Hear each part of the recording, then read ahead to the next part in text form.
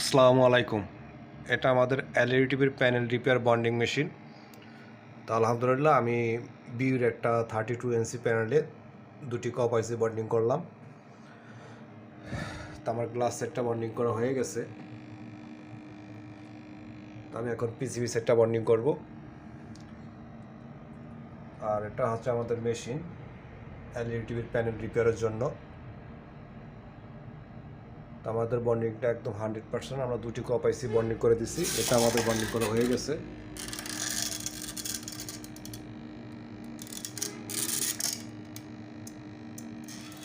আর এটা আমাদের bonding complete. তো যাই হোক আলহামদুলিল্লাহ আমরা এখন পিসিবি সেটটা বন্ডিং করব।